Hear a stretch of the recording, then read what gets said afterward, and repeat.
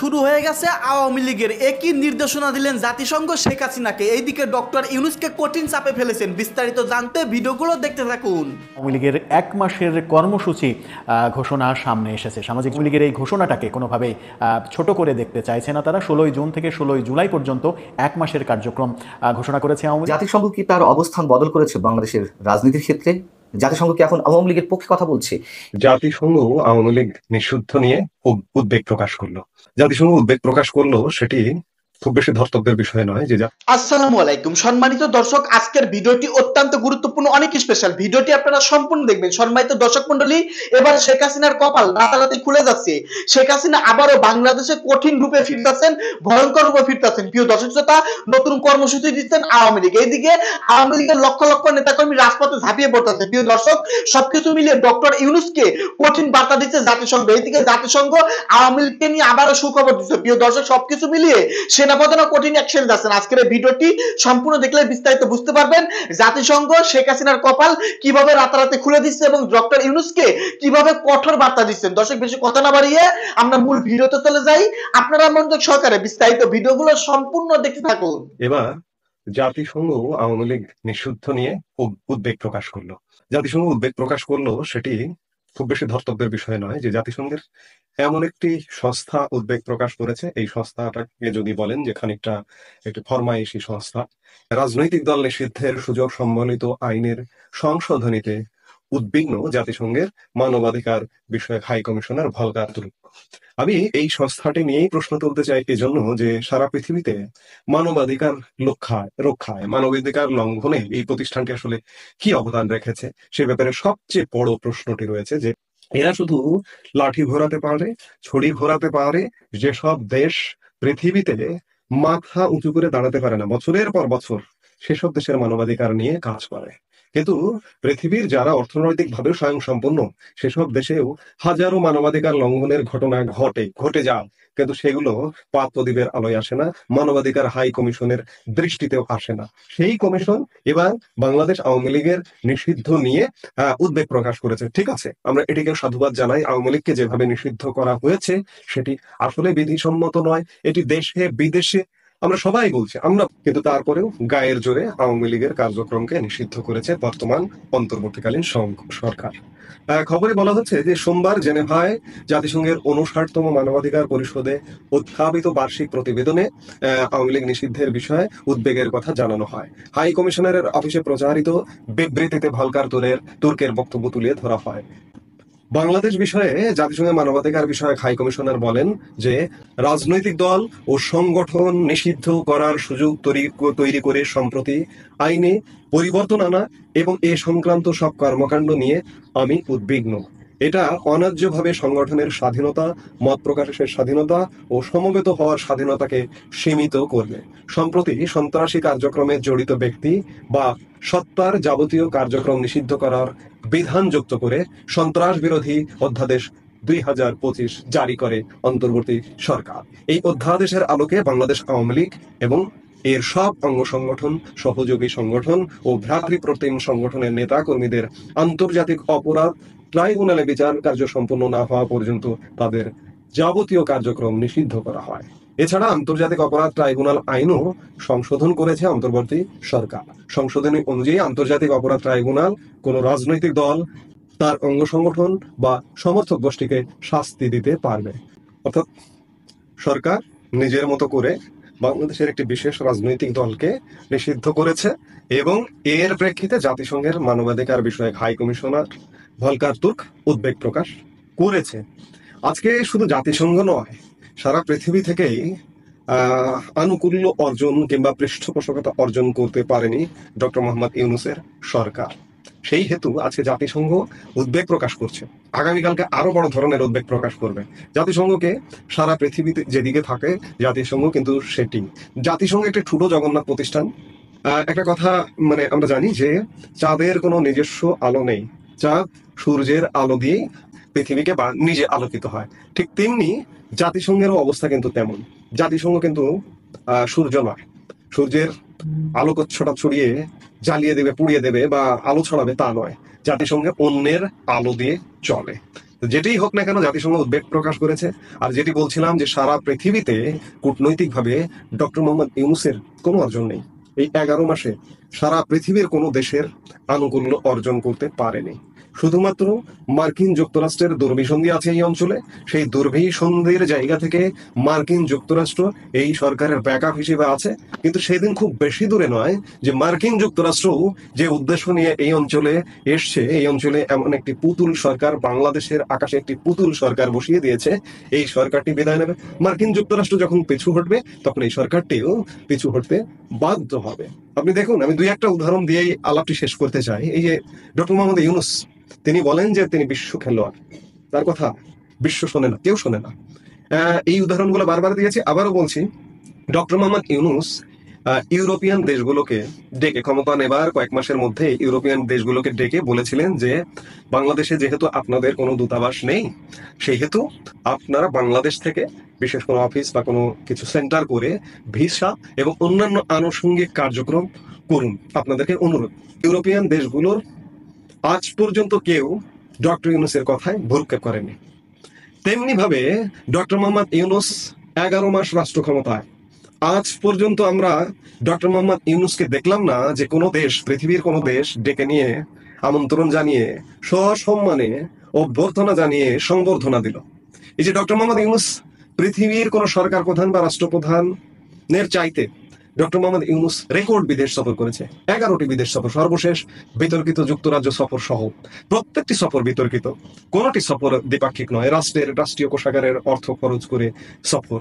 তো সেই জায়গায় পৃথিবীর কোথাও গিয়ে ডক্টর মোহাম্মদ ইউনূস যে উষ্ণ অভিনন্দন, উষ্ণ অভ্যর্থনার শিকার হচ্ছেন তা কিন্তু নয়।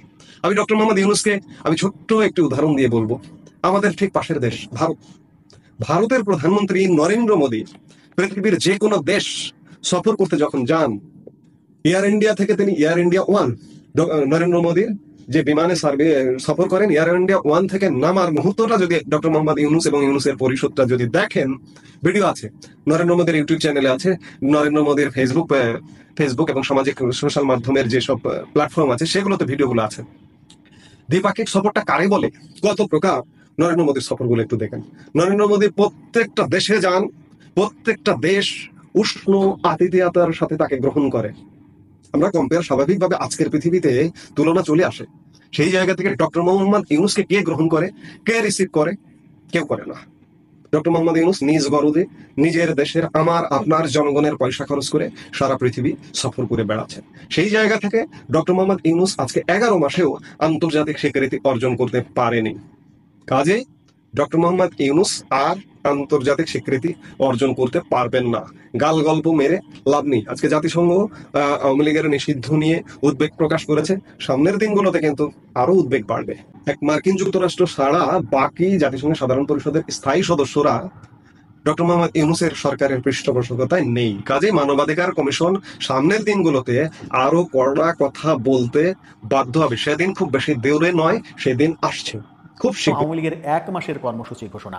যদিও আওয়ামী লীগের কোনো ধরনের কার্যক্রম করার অধিকার বাংলাদেশে এই মুহূর্তে নেই, সরকার নিষেধাজ্ঞা জারি করেছে, তারপরেও নিষিদ্ধ থাকা অবস্থাতে তারা আমরা দেখলাম যে 1 মাসের কর্মসূচি ঘোষণা করেছে 16 জুন থেকে 16 জুলাই পর্যন্ত। এর মাঝে রয়েছে 23 জুন আওয়ামী লীগের প্রতিষ্ঠাবার্ষিকীর কার্যক্রম, এবং সেই দিন ভার্চুয়াল মিটিংয়ে অংশগ্রহণ করবেন আওয়ামী লীগের নেতারা। এই সমস্ত কার্যক্রম নিয়ে 1 মাসের কার্যক্রম এবং এর আগে আওয়ামী লীগ কী কী কার্যক্রম করেছে সেই সব কিছু নিয়ে 6 পৃষ্ঠার একটি পুলিশি প্রতিবেদন সামনে এসেছে। সেই পুলিশি প্রতিবেদনে সমস্ত পুলিশ বাহিনীকে এই ব্যাপারে সতর্ক থাকতে এবং কার্যকর পদক্ষেপ নিতে বলা হয়েছে।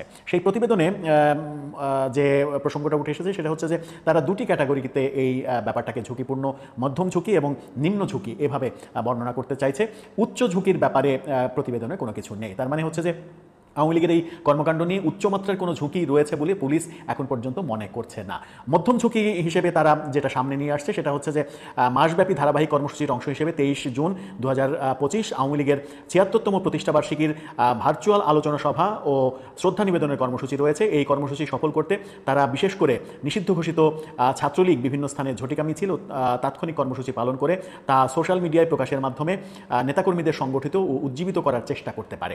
মধ্যম ঝুঁকিতে আরেকটা ব্যাপার ব্যাপার পুলিশ উল্লেখ করেছে, সেটা হচ্ছে যে আওয়ামী লীগ ও এর অঙ্গ সহযোগী ভাতৃপ্রতিম সংগঠনের সকল রাজনৈতিক ও সাংগঠনিক কার্যক্রম ইতিমধ্যেই নিষিদ্ধ হওয়ায় এবং 2026 সালের ফেব্রুয়ারিতে অনুষ্ঠিতব্য জাতীয় সংসদ নির্বাচনে দলটির অংশগ্রহণ কার্যত অনিশ্চিত হওয়ায় তারা ঘোষিত মাসব্যাপী কর্মসূচিকে কেন্দ্র করে বিশৃঙ্খলা সৃষ্টি করে আইনশৃঙ্খলা পরিস্থিতির অবনতি ঘটানোর চেষ্টা করতে পারে। নিম্ন ঝুঁকির মধ্যে তারা বলছে যে আওয়ামী লীগ ও এর অঙ্গ সহযোগী সংগঠন বিভিন্ন স্থানে হঠাৎ ঝটিকা মিছিল ও তাৎক্ষণিক কর্মসূচির মাধ্যমে তাদের রাজনৈতিক কার্যক্রমে সাধারণ মানুষের সমর্থন রয়েছে এবং তাদের জনপ্রিয়তা বজায় রয়েছে তা প্রতিষ্ঠিত করার চেষ্টা করতে পারে। অর্থাৎ ঝটিকা মিছিলটাকেই সামনে আনা হচ্ছে এবং এছাড়া যেটা আনা হচ্ছে সেটা হচ্ছে যে 23শে জুন যে ভার্চুয়াল মিটিং হবে সেই ভার্চুয়াল মিটিংয়ে কারা অংশগ্রহণ করবে তার তালিকাও পুলিশ প্রকাশ করেছে। সেই তালিকায় আমরা দেখতে পাচ্ছি যে জাহাঙ্গীর কবির নানক, ডক্টর হাসান মাহমুদ, আফম বাহাউদ্দিন নাসিম, আসাদুজ্জামান খান কামাল, মইনুল ইসলাম নিখিল যুবলীগের সাধারণ সম্পাদক, আনোয়ারুজ্জামান সাবেক mayor city corporation, Abu Zahir সাবেক এমপি, সাবিনা ইয়াসমিন তুহিন তার নাম এসেছে। এর পরে যে নাম এসেছে সেটা হচ্ছে যে এখলাস উদ্দিন সাবেক এমপি, হাবিব হাসান যুগ্ম সাধারণ সম্পাদক ঢাকা মহানগর উত্তর আওয়ামী লীগ, ওয়াকিল আহমেদ মহানগর নেতা, ইলিয়াস মোল্লা সাবেক এমপি, নসরুল হামিদ বিপু সাবেক প্রতিমন্ত্রী, মোহাম্মদ আলী আরাফাত সাবেক প্রতিমন্ত্রী। এই প্রথম বোধহয় কোথাও কোনো অনুষ্ঠানে নসরুল হামিদ বিপুর নাম দেখা গেল যে আওয়ামী লীগের ঘোষিত কোনো কর্মসূচিতে তার নাম পাওয়া গেল। আসাদুজ্জামান খান কামাল, জাহাঙ্গীর কবির নানক, বাহাউদ্দিন নাসিম, আনোয়ারুজ্জামান চৌধুরী তার সিলেটের সাবেক মেয়র, তাদের বিভিন্ন কর্মকাণ্ড আমরা বিগত 10 মাসে দেখেছি। নসরুল হামিদ বিপুকে অনেকটা পর্দার অন্তরালেই দেখেছিলাম। বিদ্যুৎ খাত নিয়ে তার বিরুদ্ধে বহু অভিযোগ রয়েছে। সেই নসরুল হামিদ বিপুও 23শে জুন প্রতিষ্ঠাবার্ষিকীর যে ভার্চুয়াল মিটিং হবে, ভার্চুয়াল আলোচনা সভা হবে, সেখানে নাকি উপস্থিত থাকবেন। আওয়ামী লীগের কর্মকাণ্ডের কারণে যে সকল জেলাগুলো মোটামুটি ঝুঁকিপূর্ণ বাংলাদেশের ম্যাপ দিয়ে সেই জেলাগুলোকেও ইন্ডিকেট করে দেওয়া হয়েছে। আপনারা বাংলাদেশের ম্যাপ সহ এই পুলিশের প্রতিবেদনের এই পৃষ্ঠাটা দেখে নিতে পারেন, সাথে 6 পৃষ্ঠায় আপনারা দেখে নিতে পারেন পুলিশ আদতে কি বলতে চাচ্ছে এবং পুলিশ আওয়ামী লীগের আগে কি কি কর্মকাণ্ড পালন করেছে সেগুলোও সামনে নিয়ে এসেছে। সেখানে প্রথম পাতায় যেটা বলা হয়েছে সেটা হচ্ছে যে আগামী 16 জুন হতে 16 জুলাই 2025 খ্রিস্টাব্দ পর্যন্ত মাসব্যাপী আওয়ামী লীগের লাগাতার কর্মসূচির ঘোষণা সংক্রান্ত বিশেষ প্রতিবেদন।